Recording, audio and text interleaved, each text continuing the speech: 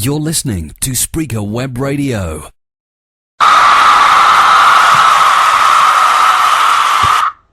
Hello everyone, this is the first of hopefully many episodes of Waxing Lyrical with Mainz and Dutts. I'm Mainz, this is Dutts. Say hello, Dutts. Hello, Dutts. That's an awful gag. And you know what? I've got comedy sound effects. So I'm going to use them. I'm just doing what got me to the dance. Yeah, that's why I picked you and not someone else. Yeah. Harsh. So what we're going to do over these many episodes, hopefully, is talk about stuff that we like. It sounds, pretty obvious and to the point, but, why would we want to talk about X Factor and Strictly Come Dancing, although that Ola Jordan, wow. But, let's not talk about that, because although Mum will be pleased that I've mentioned that now, because she'll be one of the 4 people who listen to this. And Ola Jordan is with us today, of course, but can't say anything. Because we've tied her up. Yeah. So, first thing we're going to talk about today is on next week, Friday the 26th of October, what's being basically called one of the greatest films ever in the history of mankind, created by humans. First film created by robots, created by aliens, created by animals, I don't know. Skyfall, James Bond 23. 23. Skyfall, Bond 23 comes out. So, we like Bonds. We've watched them all a couple of times. One of us more than others. Dalton, I'm looking at you. I don't know what you mean. Just, guy spends a lot of time on Saturdays lonely, he's going to watch something. You're the one keeping ITV in business on a Saturday afternoon, aren't you? Oh God, yeah. Not bad. Worst day of my life, getting the box set of the films. What's the point? I can't watch them without adverts. Just have to stop it every 30 minutes just as something exciting's going to happen. Usually while sponsored by Cadbury's Dairy Milk Walnut one. Usually while flipping over of an important bit. And then... Yeah, of course. So we're going to do a couple of things. We're going to do top 5 best Bonds, courtesy of Dutton. We're going to do comedy Bonds, courtesy of me, and then we're going to have a partial argument about best soundtrack.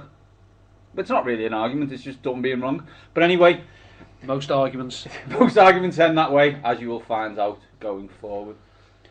So, Dutton, top 5 Bonds ever. Luckily, this is the second time we record this because I don't know how to use it. And Dutton's now done the research. Please go on. Well, the research I did during the previous recording, which has been inexplicably lost, which is a shame because you'd have enjoyed it a lot more than this one. We were actually funny in that one. Yeah, whereas now we're just jaded and want to go home. You are home? I am home. I want to go to bed. Number 5. So obviously, as we said, going from 5 to 1, because what's the point of revealing number 1 straight away? Would be, for me, the second film in the anthology of Mr. Timothy Dalton, and that would be Licence to Kill. It's going straight to your heart. That's, Gladys Knight knew what she was talking about. Licence to Kill, it's an edgier Bond. He's not on a mission. He's out for revenge. When you say edgy, do you just mean it's done by a miserable Welsh guy? Yeah.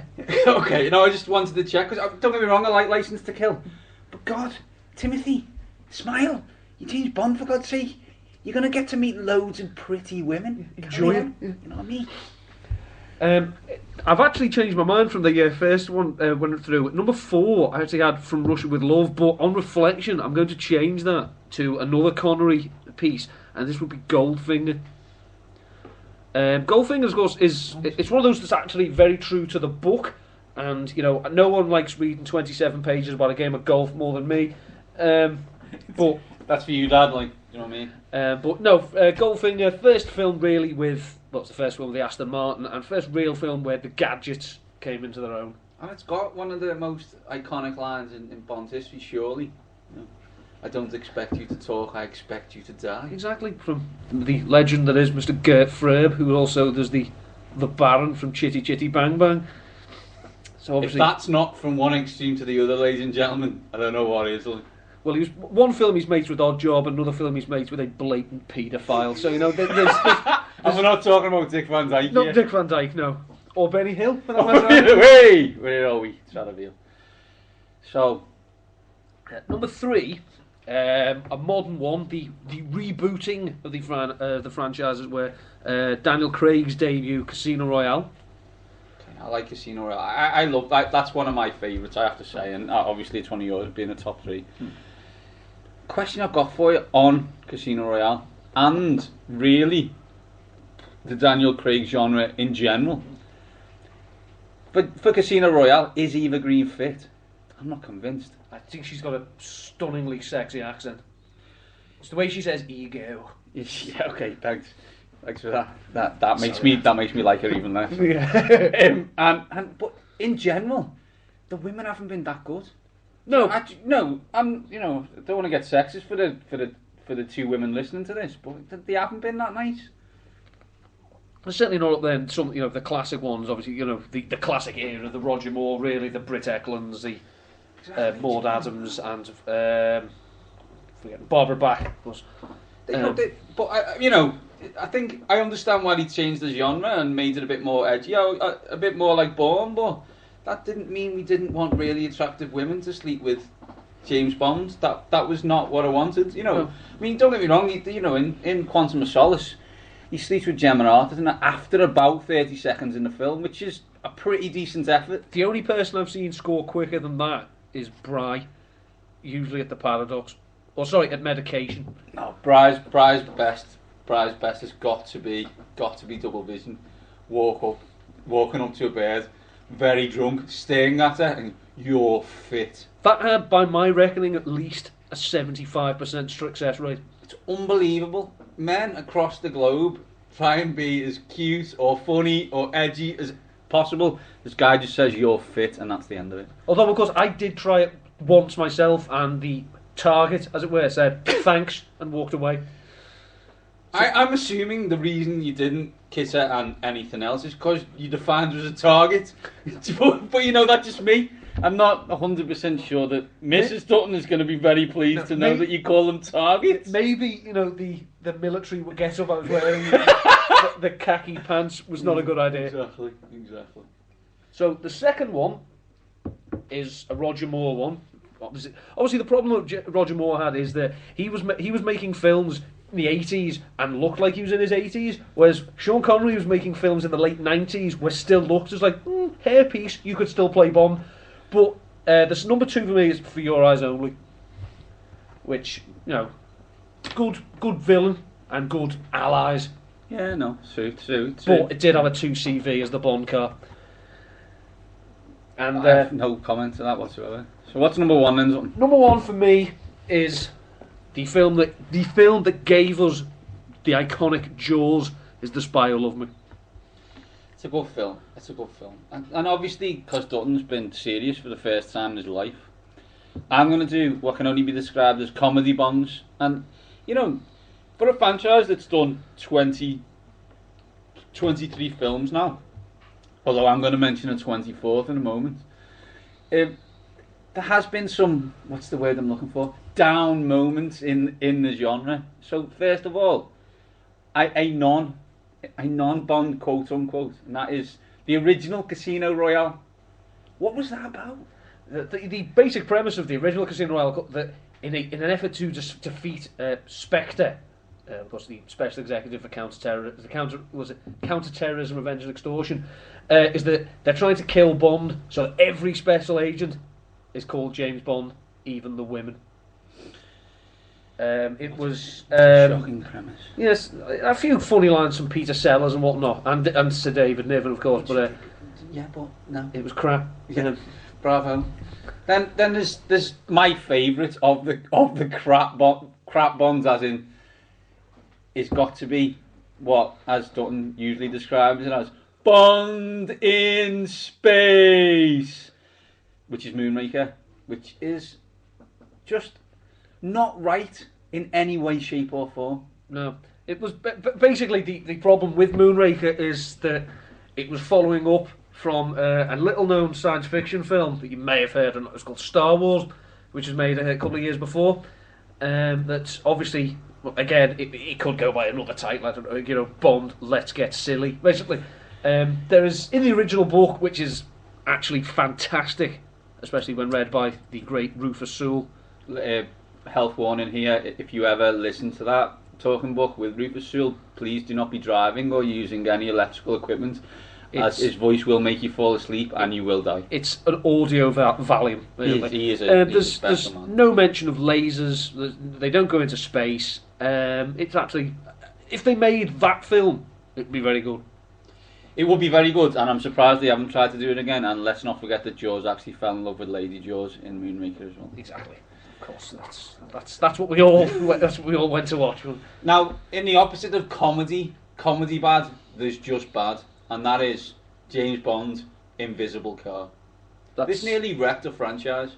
Yeah, this was the 40th anniversary film of one of the world's most beloved franchise, but it's called Die Another Day as well. That's official, the title, or Dud, more likely. The introduction of the Invisible Car is without doubt one of the worst moments in film history. Unfortunately not matched by how pleased Bond, as Brosnan, wasn't that one, looked at seeing the car become invisible. Now, I'm pretty sure in Die Another Day, I can't really remember the plot, years of therapy, I'm trying to forget that film, that he wasn't fighting the Klingons. I don't think he was. Again, you may see a theme here, like, you know, James Bond stick to killing Russians and that, and stay away from space technology. It just doesn't work. Last but not least, we're going to just quickly do a Dutton's Wrong Bond theme tune thing. Dutton, what's your favourite Bond song? The favourite Bond song, and I consider in my audience of one, the greatest is The Spy Who Loved Me. So it's Nobody Does It Better by Carly Simon. That's what the audience think. Because obviously the number one song is Paul McCartney and Wings, the band the Beatles could have been, as Mr. Alan Partridge said, Live and Let Die, which is, you know, absolutely awesome. Thank you, I'm here all week. Good shot. Does sound like snooker, doesn't it? I say Live and Let Die is obviously a very catchy tune, but as you know, I've said many times, it's not the real version. I don't think Guns N' Roses are ever going to not going to be able to recapture that high. And what a shame. That Axl Rose, isn't it? What's the word I'm looking for? Well, going back to the previous topic, he lives in space. He does. So that's the end of the Bond section of this, and we're going to move on now. And I'm going to play another piece of sound so I can see what it sounds like. SOS by the sound of things. The Bismarck is in Grimstad Fjord. I have no idea what you just said, thank God. So what we're going to do now is we're going to talk about the NFL, namely the NFC East, which is a division that me and Dutton want to, well, both teams who we love are in that division. You love your team, I don't love mine. Well, you do, you say you don't. You love them by hating them. Mm-hmm.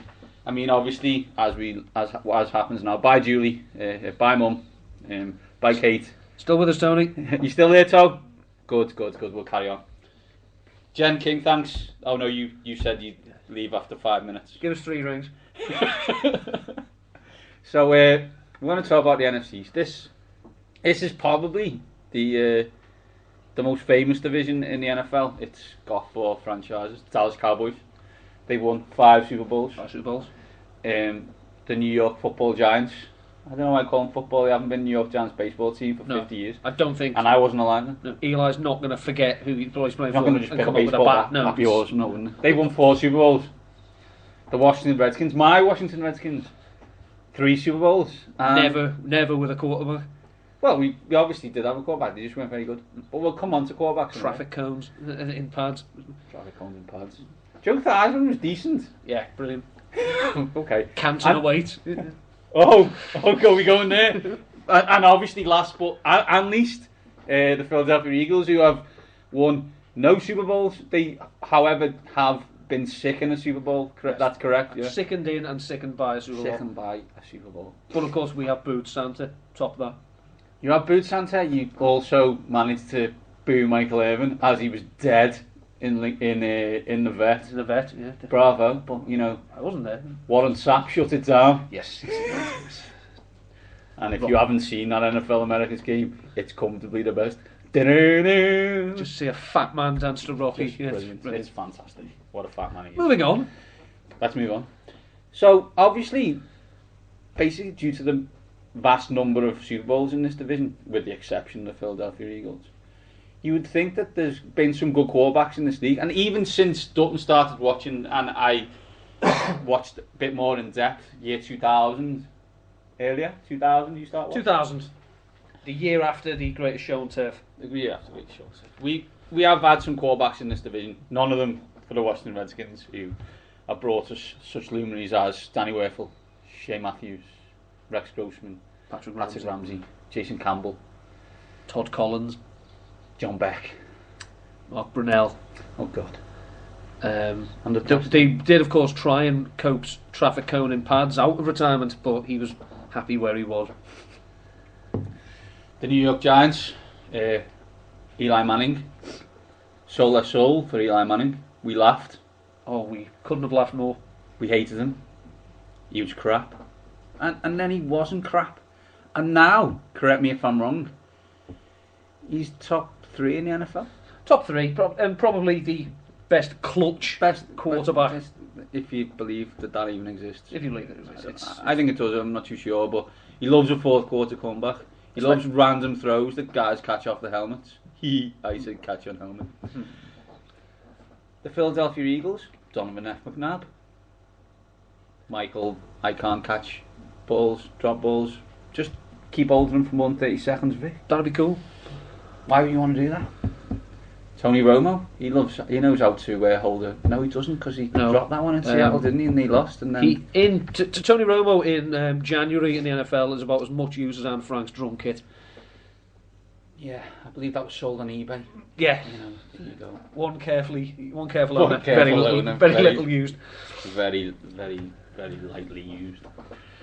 But they're all what I like to define as the past, as Dutton would define it, history.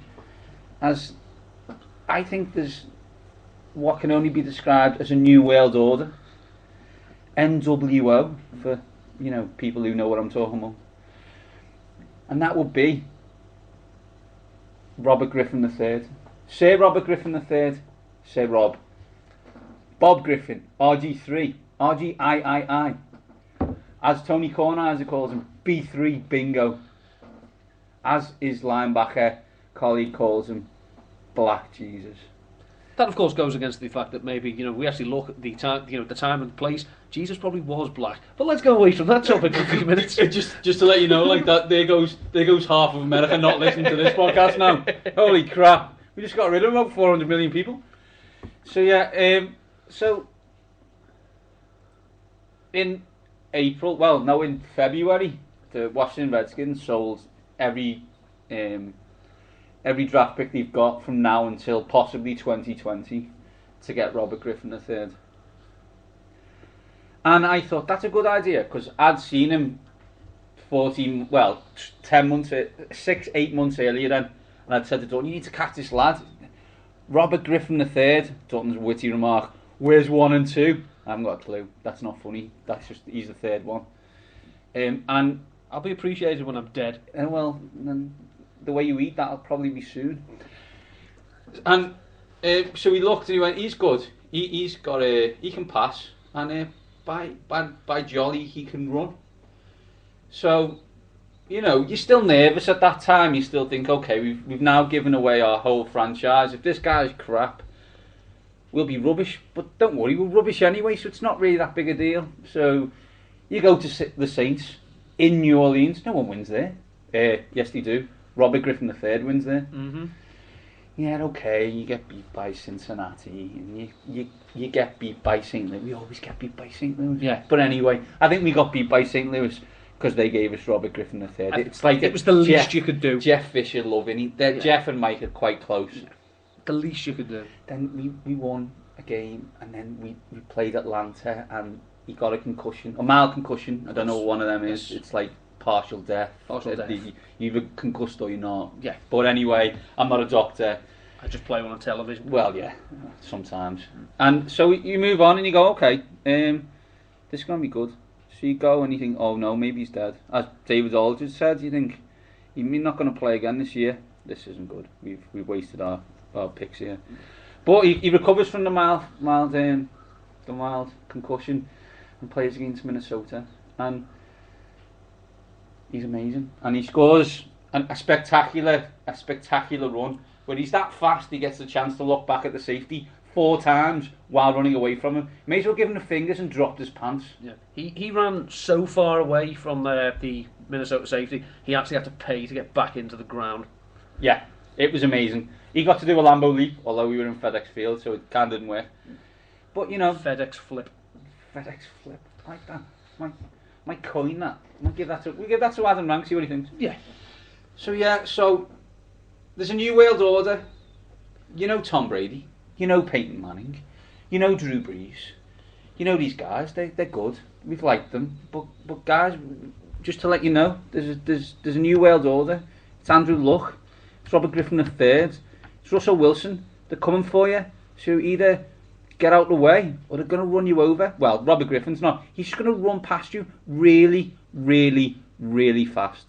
The impressive thing about Griffin, for me, for the purist, which I maintain I am, I always prefer the original, is that for all the razzle-dazzle, as the 70-yard scampers and the look back and the track speed, is that he's actually, as we stand now, the most accurate passer in the National Football League, and he's throwing to absolute clowns. He is. I don't really know my neighbours, but I'm pretty sure I could come up with a good receiving corps if I just went round and introduced them. Yeah, it's not good, and you know that's fine. And when we get wide receivers, look out to NFL. So that's my loving of Robert Griffin III for 10 minutes. So let's move on to the next topic. I think we found a Bismarck again. No, the HUD's been sunk. It's bad or news. whatever that is. So last week again in the NFL, the Dallas Cowboys played the Baltimore Ravens in what can only be described as a amazing loss by the Dallas Cowboys. They snatched defeat from the jaws of victory, better than any team can. They do love losing when they should win, and I love them losing when they should win. It makes me smile. I think everyone deep down loves seeing the Dallas Cowboys lose, even though they're not a factor to anyone. Well, America's team, so you've got to love it. But more significantly in that game were 2 massive injuries for the Baltimore Ravens, which, you know, were pretty dire, to one of them to this season and one of them to the franchise as a whole. The main one for this season is the Darius Webb. Darius Webb is cornerback. He's the cornerback. He's the key. Is the linchpin of that secondary. He probably is there. He's going to be the cornerback there for the next 10 years if he recovers. If he recovers, he raises everyone else's game up, apart from, of course, Mr. Return Ed Reed. Yes. But he is their best corner, and you know, as it is a passing league. Yeah, you do need a corner, and he is their only one, and he's not there anymore. And there's a high possibility they're going to get spanked by the Texans this week.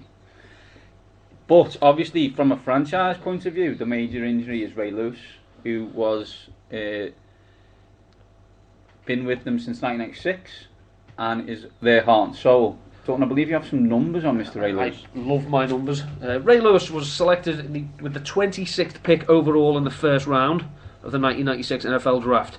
Since then, he's been to 13 Pro Bowls.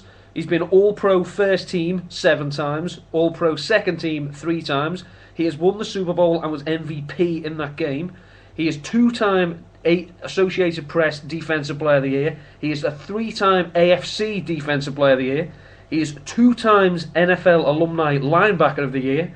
He has the most starts at middle linebacker of anyone in NFL history, 227. He has the most interception return yards at middle linebacker of anyone in NFL history, with 503. He was a member of the NFL 2000s All-Decade Team, and he's the only player in NFL history with 40-plus sacks and 30 interceptions. Ladies and gentlemen, that's Neil Dutton. And yes, he has got a girlfriend. Not only has he got a girlfriend, he's got a girlfriend who's pregnant. That means he slept with him. And he knows numbers like that. That's frightening. Ladies love the numbers. They're only kidding themselves if they don't. My God, what a sad man. Luckily there's only men listening to... Well, there's only Tony listening right now, so, you know, no one will know how sad that moment was. Tony is currently rewinding this to make sure he jots down those numbers, I would hope so. And uses them as chat-up lines in Cardiff Town Centre. The ladies will love that Ladies will love it. But, obviously what you didn't mention is he also may or may not have killed someone. Well, you know, justice would probably have been served, which is why he's been allowed to play for the next 10 years. So as Dutton quite rightly pointed out, there was 20 5 players picked before Ray Lewis. So what I'm going to quickly do in the final 5 minutes of the show is look at who went before him and how. So I mean, don't get me wrong. I mean, it's easy to say, Hindsight is 2020. it's easy to go like, some good players did go before. I mean, the Baltimore Ravens have 4 picked Jonathan Ogden. He was a fantastic tackle for them and was part of their Super Bowl team in 2000. One of the major reasons they won it. Not only do they have a defense, but they could run. You can't run if you haven't got tackles. No. Simple as. Ask Arizona. Exactly. The Houston Oilers, soon to be Tennessee Titans, picked Eddie George. Excellent running back. Early stage of his career, he was going to the Hall of Fame. Exactly. Fortunately, he was then put on the cover of Madden. Which is never good. That's not a good thing, ladies and gents. If you're on the cover of Madden, it's time to retire because that ain't gonna help your career. At 19, at Indianapolis Colts select Marvin Harrison. Now that boy could catch, and he did a lot of that with Peyton Manning. Unfortunately, most of the time he did it until he played the New England Patriots in New England in the snow, and then forgot how to catch. And then Ty Law had intercepted, but that's just the way of the world. But for every Marvin Harrison and Eddie George and Jonathan Ogden, there was some really bad players who I don't even know. Like let's not, Cedric Jones, defensive end, New York Giants. Who the hell is that? Number 8, my favourite, Tim. See if I can say it better than I did the first time we did this. Tim Biakababukata. No, I can't say it. I actually said it worse. I'm pretty sure running back, Michigan. I'm pretty sure he comes with coconut. That is not only is that a truly awful name, it's a truly awful player. There's the interesting thing for me, as I said before, is that Ray Lewis went 26th. He was the 3rd linebacker taken in the draft. Previously, with the 2nd pick overall, and showing that even 16 years ago, the Jacksonville Jaguars couldn't draft worth a lick of crap. They took Kevin Hardy, who granted went to a Pro Bowl in his career.